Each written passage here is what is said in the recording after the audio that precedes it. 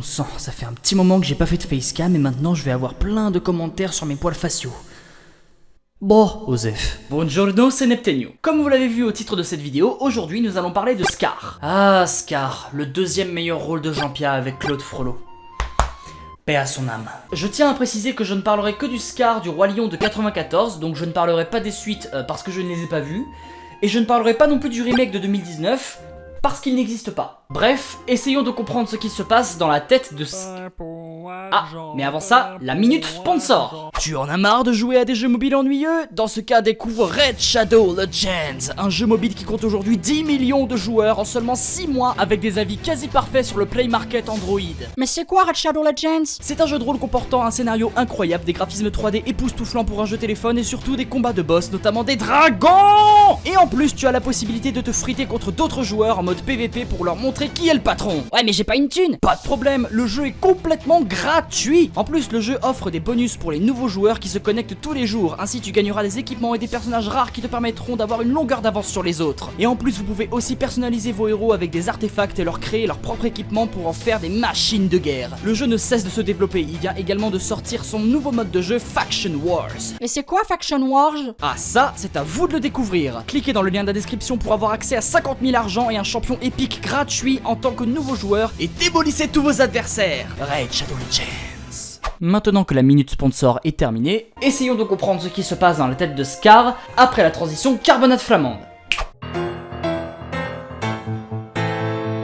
Scar est l'antagoniste principal du Roi Lion. Il est le frère de Mufasa, le souverain de la Terre des Lions. Son objectif est de devenir roi à son tour. Hélas, pour une question d'hérédité royale, il est devenu impossible pour Scar d'atteindre ce titre de noblesse. Il va mettre en place un complot contre son frère et son neveu dans le but de prendre le trône, quitte à essayer de les tuer s'il le faut. Pour mieux cerner la psychologie de Scar, on va décortiquer point par point les différents traits de personnalité qu'il manifeste dans ses apparitions dans le film. De cette manière, on va éviter de se disperser, ce sera plus simple, normalement. Alors bien évidemment, je suis dans la contrainte de vous mettre un alerte spoilers. Si vous n'avez pas encore vu le film, je vous recommande de d'abord aller le voir pour regarder la suite de cette vidéo. En même temps, je pense qu'il serait temps que vous ayez vu le Roi Lion quand même, hein.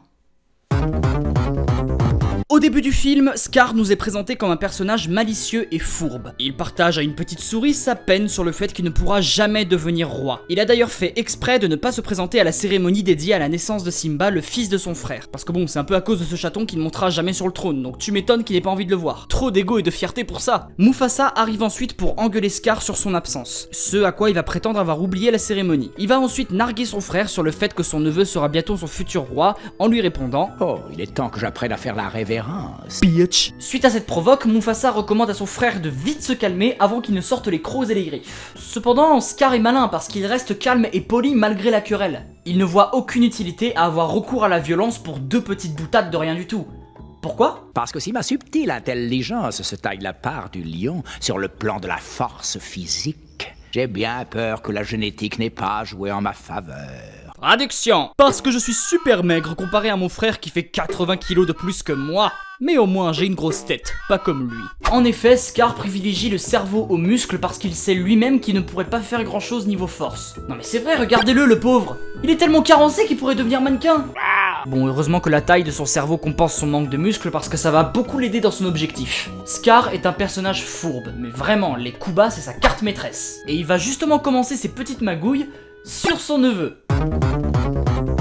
Scar est manipulateur. On le découvre lorsqu'il se met à discuter avec Simba. On peut même ressentir le surplus de sel dans son regard lorsqu'il parle à Simba de son avenir de Bouffon du roi. Cependant, Scar va attiser la curiosité de Simba en le teasant un petit peu sur les terres où son père lui a interdit d'aller. Le fameux cimetière d'éléphants où résident les hyènes. Et vous savez, les enfants, c'est con comme la lune, alors Scar va en profiter et lui dire « Mais fais-moi plaisir, promets-moi que tu n'iras jamais visiter cet effroyable endroit. » Alors qu'il sait pertinemment que Simba va quand même y aller, quitte à risquer sa vie. Regardez le sourire que Scar arbore quand il se retourne. Ce bon rictus qui veut dire « Ah là là, qu'il est con ce gosse, j'ai hâte de pisser sur son cadavre. » Le pire dans tout ça, c'est que Scar va réitérer ses techniques de manipulation à plusieurs reprises, notamment avec son propre frère, les lions et les hyènes, mais on va y venir. Scar est très égocentrique. C'est marrant parce que quasiment tous les antagonistes que j'ai traités dans les Dans la tête 2, ils sont soit mégalomanes, soit égocentrique. Bon, il y a quand même une subtile différence entre les deux mots. Un mégalomane, c'est la surestimation de ses capacités et le désir de puissance, et l'égocentrisme, c'est toujours tout rapporter à soi-même, dire que t'es le meilleur, etc. Et bah pour Scar, c'est un peu un condensé des deux, sauf que je trouve que l'égocentrisme lui colle vachement mieux quand même. Parce que vient l'une des parties les plus cultes du film, avec celle-là, qui est aussi un pilier dans la construction de la psychologie de Scar, la chanson Soyez prête ou Be Prepared en version originale. Cette chanson a pour but d'annoncer le plan de Scar, qui est de prendre le trône en tuant son propre frère et son neveu. Et puis, je n'ai remarqué ça qu'en regardant bien les paroles en VF, mais c'est fou comme Scar parle très souvent de lui dans la chanson. M'écoutez, Faites-moi confiance. je serai le roi. Suivez-moi, je suis roi sans moi. Le seul Dieu vivant pour la clame. Eh ben putain, il risque pas de souffrir de complexe d'infériorité lui. Je patauge dans l'imbécile. Dans Soyez prête, Scar clame qu'il est bien plus intelligent que les hyènes, qu'il décrit comme frustre, ignoble et infect. Ce qui est pas faux.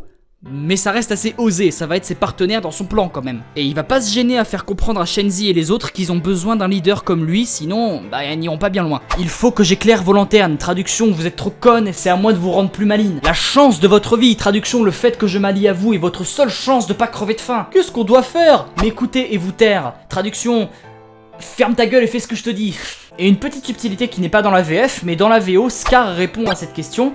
Just listen to teacher. Il se considère comme un prof d'une classe de SECPA qui doit relever ses élèves cons comme des balais ou quoi? Pour revenir sur la chanson, il y a des paroles qui sont relativement importantes parce que ce sont littéralement les étapes du plan de Scar. Je dis compromission, je dis conspiration, je crie humiliation, trois mots qui me feront un roi respecté, salué, etc. Compromission, conspiration et humiliation, ce sont les trois étapes du plan de Scar pour devenir roi. Compromission, qui est le fait d'engager sa réputation dans une affaire douteuse, c'est le fait qu'il énonce son plan aux hyènes et qu'il assure la réussite de ce dernier, parce qu'à écouter Scar, on sent qu'il est certain que son plan va fonctionner. Conspiration, c'est le complot qu'il organise contre son frère et son neveu, je pense que j'en ai assez dit là-dessus. Humiliation, ça va de mèche avec sa manie de manipuler les autres. Il va d'ailleurs se servir de l'humiliation à plusieurs reprises, même après la réussite de son plan. Et ça va témoigner de son côté sournois et sadique. Le plan de Scar est en exécution, il manipule Simba pour l'empêcher de bouger des gorges pendant que les hyènes s'apprêtent à attaquer des gnous pour les faire fuir. Oui, ça c'est des gnous. Scar prévient son frère du danger que court Simba avec un super jeu d'acteur. Simba est en danger. Il fait mine d'être inquiet pour Simba, tout ça pour emmener Mufasa dans son piège avec la scène qui a traumatisé toute une génération de cinéphiles. Longue vie au roi. Scar est sournois et sadique. Il arbore un nouveau rictus au moment de jeter son frère dans les gorges, comme s'il avait un malin plaisir à provoquer la douleur d'un de ses proches. Mais en même temps, il doit se dire que c'est cette action qui va le permettre de devenir roi. Il a aucun remords à agir ainsi du moment que la couronne arrive sur sa tête. Vient le moment où Simba découvre le corps de son père avec Scar pour lui dire « Oh, c'est horrible, personne ne peut vouloir des choses pareilles, tout ira bien Simba. Mais le roi est mort par ta faute. » Le tact. Humiliation. La troisième partie du plan de Scar. Humiliation. Il va jeter la pierre à Simba comme quoi Mufasa ne serait pas mort s'il n'avait pas été là. Il n'hésite pas à de nouveau le manipuler pour le pousser à s'auto-exiler de la terre des lions avant d'envoyer les hyènes à ses trousses. Puis Scar monte sur le trône en annonçant la mort de Mufasa et la mort présumée de Simba à la tribu des Lions. Avec une telle fausseté que c'en est dégoûtant.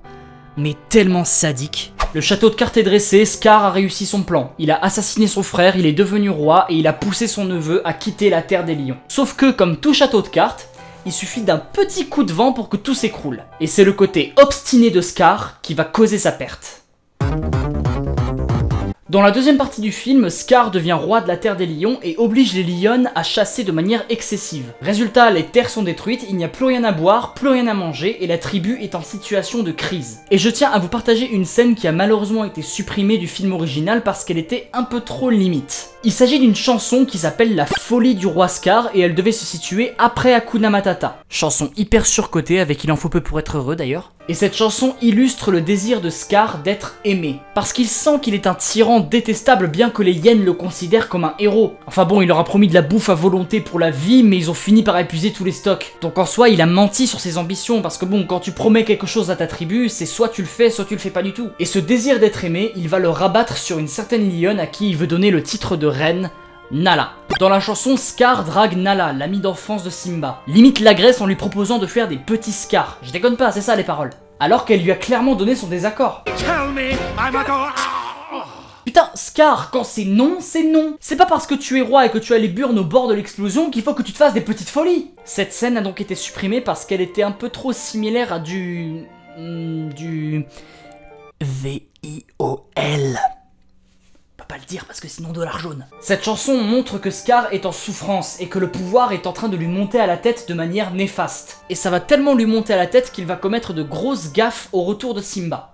Lorsque Sarabi, la mère de Simba, explique à Scar que les terres sont maintenant invivables et que le seul moyen de survivre c'est de partir, ce dernier répond avec un déni et un refus. Je suis le roi, je fais ce qu'il me plaît. Ton peuple est en famine! C'est trop demandé de penser plus loin que ton pif! Puis arrive Simba qui est directement pris pour Mufasa et là on va retrouver tous les différents traits de personnalité de Scar en quelques minutes. Regardez l'attitude de Scar quand Simba s'approche, il recule avec crainte. Pourquoi? Parce que si ma subtile intelligence... Bon, je pense que vous l'avez. Vu que les muscles font défaut à Scar, il va de nouveau avoir recours à son cerveau pour essayer de s'en sortir. Il va encore esquiver la violence pour utiliser une de ses cartes maîtresses, la manipulation. Dis-leur qui est responsable de la mort de ton père. Il va pousser Simba à avouer un acte qu'il n'a pas commis. Il va avouer avoir assassiné son père devant la tribu des Lions. Les Lions n'auront même pas le temps de comprendre quoi que ce soit que Scar va déjà surenchérir. Non, c'est lui qui Vous a voyez, raison. il reconnaît la vérité.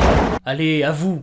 Bon d'accord, j'avoue c'est moi, mais c'est parce que vous voyez, il l'a dit, voilà, c'est lui le méchant, c'est bon, on le tient, on s'en fout des arguments, allez, c'est lui, c'est lui. On peut encore faire le rapprochement avec la partie humiliation du plan de Scar, vu que ça a été fait à la base pour conspirer contre Simba et son père. Mais comme Simba est revenu, bah...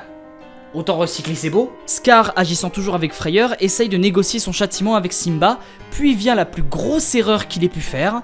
Ce sont les hyènes, les véritables ennemis. C'est leur faute, c'est elles qui ont tout organisé. Bien de trahir les seuls partenaires qui pouvaient t'épauler en cas de besoin. Bravo! 20 sur 20, tu as les félicitations du jury. Malgré tous ces actes impardonnables, Simba reste noble et laisse une chance à Scar de partir et de ne jamais revenir. Puis s'ensuit une bagarre qui finit sur une victoire de Simba. C'est d'ailleurs la seule fois où Scar a dû avoir recours à la violence, lui qui préfère utiliser le malice. Et enfin, la conclusion, c'est que notre roi va se prendre le retour de bâton de la part des hyènes. Pour les avoir trahis, Scar va mourir dévoré vivant et immolé par le feu. C'est ainsi que s'éteint le tyran égocentrique et sournois qu'était Scar.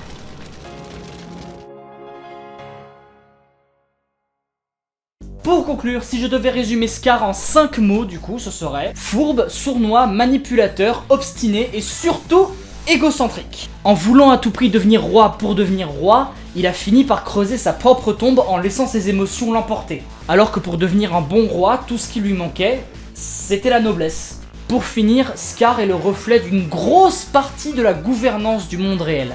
Les personnes les plus viles sont prêtes à mentir, manipuler, faire de fausses promesses ou même faire des coups bas juste pour avoir le pouvoir. Il est même prêt à avoir recours à la trahison quand les choses ne vont pas dans son sens. Scar est la personnification parfaite du tyran avare de pouvoir et de gloire au détriment d'autrui.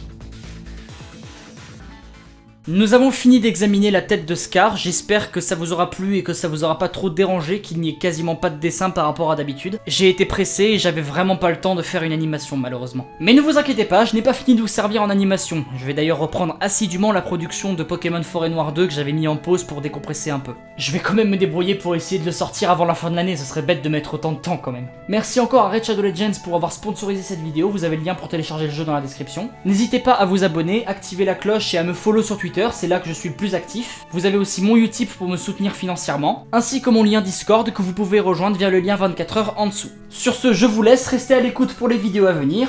Je vous fais des bisous, portez-vous bien, longue vie au roi, arrivederci!